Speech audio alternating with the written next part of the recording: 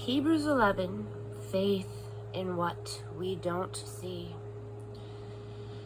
The fundamental fact of existence is that this trust in God, this faith, is the firm foundation under everything that makes life worth living. It's our handle on what we cannot see. The act of faith is what distinguished our ancestors, set them above the crowd. By faith, we see the world called into existence by God's word, what we see created by what we don't see. By an act of faith, Abel brought a better sacrifice to God than Cain.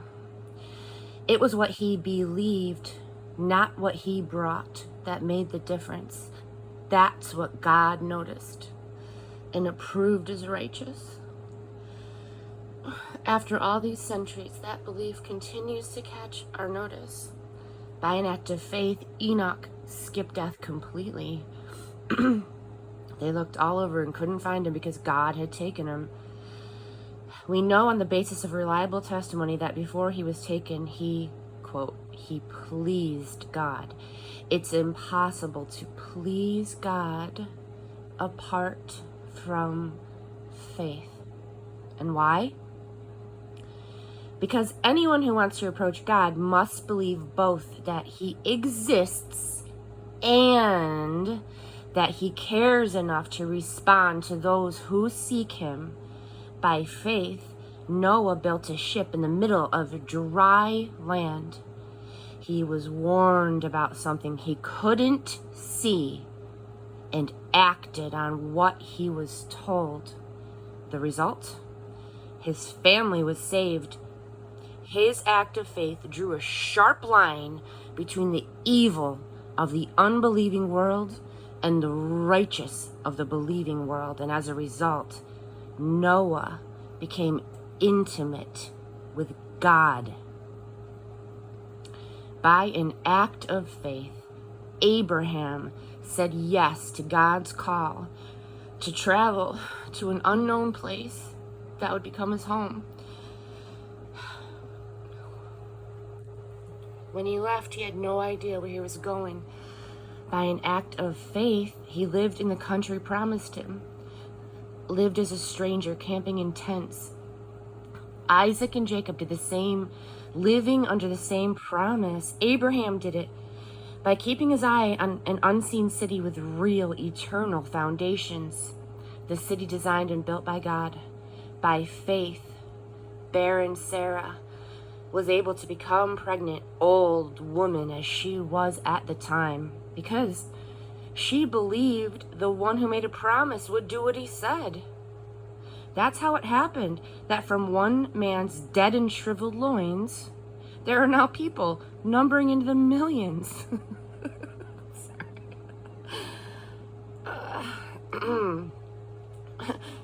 Each one of these people of faith died, not yet having in hand what was promised, but still believing. How did they do it? They saw it way off in the distance, waved their greeting, and accepted the fact that they were transients in this world. People who live this way make it plain that they're looking for their true home. If they were homesick for the old country, they could have gone back anytime they wanted.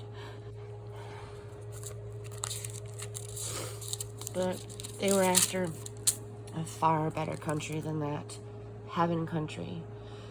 You can see why God is so proud of them and has a city waiting for them. By faith, Abraham, at the time of testing, offered Isaac back to God.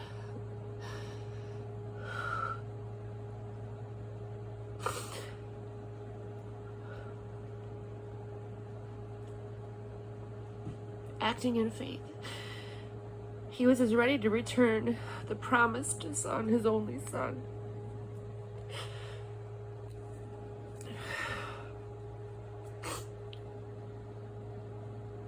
As he had been to receive him.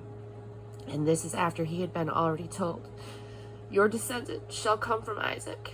Abraham figured that if God wanted to, he could raise the dead. In a sense, that's what happened after he received Isaac back alive from off the altar. By an act of faith, Isaac reached into the future as he blessed Jacob and Esau. By an act of faith, Jacob on his deathbed blessed each of Joseph's sons in turn, blessing them with God's blessing, not his own, as he bowed worshipfully upon his staff. By an act of faith, Joseph, while dying, prophesied the exodus of Israel and made arrangements for his own burial. By an act of faith, Moses' parents hid him away for 3 months after his birth. They saw the child's beauty and they braved the king's decree. By faith, Moses, when grown, refused the privileges of the Egyptian royal house. He chose a hard life with God's people rather than an opportunistic, soft life of sin with the oppressors. He valued suffering in the Messiah's camp far greater than Egyptian wealth because he was looking ahead, anticipating the payoff. And by an act of faith, he turned his heel on Egypt, indifferent to the king's blind rage. He had his eye on the one no eye can see. And he kept right on going. By an act of faith, he kept the Passover feast and sprinkled Passover blood on each house so that the destroyer of the firstborn wouldn't touch them. By an act of faith, Israel walked through the Red Sea on dry ground. The Egyptians tried it and drowned. By faith, the Israelites marched around the walls of Jericho for 7 days and the walls fell flat. By an act of faith, Rahab, the Jericho harlot, welcomed the spies and escaped the destruction that came on those who refused to trust God. I could go on and on, but I've run out of time. There are so many more. Gideon, Barak, Samson, Jephthah, David, Samuel, the prophets. Through acts of faith, they toppled kingdoms, made justice work, took the promises for themselves.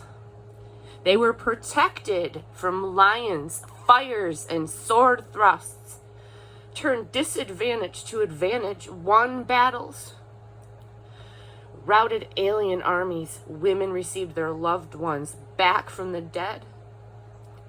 There were those who, under torture, refused to give in and go free, preferring something better, resurrection. Others braved abuse and whips, and yes, chains and dungeons. We have stories of those who were stoned, sawed in two, murdered in cold blood.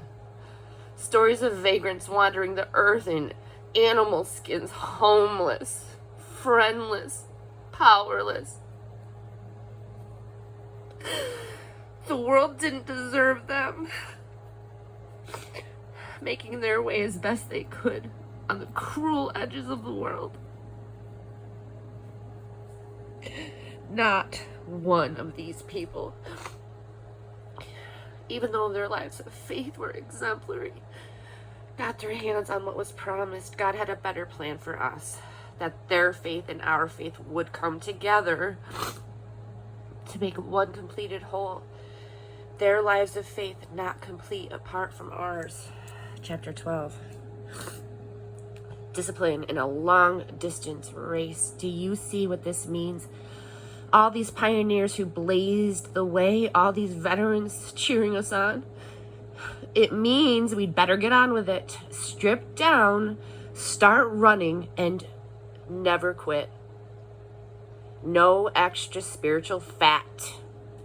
No parasitic sins. Keep your eyes on Jesus, who both began and finished this race that we are in. Study how he did it, because he never lost sight of where he was headed, that exhilarating finish in and with God. He put up with anything along the way cross, shame, whatever. And now he's there in the place of honor right alongside God. When you find yourselves flagging in your faith, go over that story again, item by item. That long litany of hostility he plowed through, that will shoot adrenaline into your souls. In this all-out match against sin, others have suffered far worse than you. To say nothing of what Jesus went through, all that bloodshed. So don't feel sorry for yourselves. Or have you forgotten how good parents treat children and that God regards you as his children?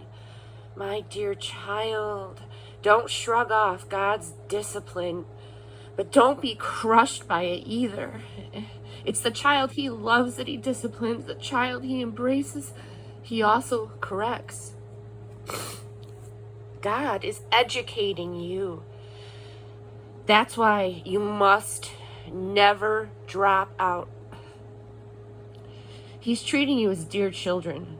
This trouble you're in isn't punishment, it's training. The normal experience of children. Only irresponsible parents leave children to fend for themselves. Would you prefer an irresponsible God?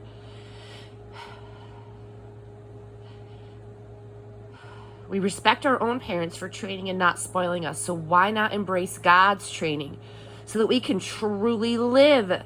While we were children, our parents did what seemed best to them, but God is doing what is best for us, training us to live God's holy best.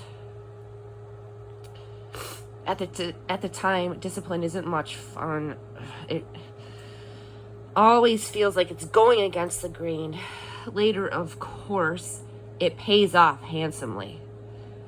For it's the well-trained who find themselves mature in their relationship with God. So don't sit around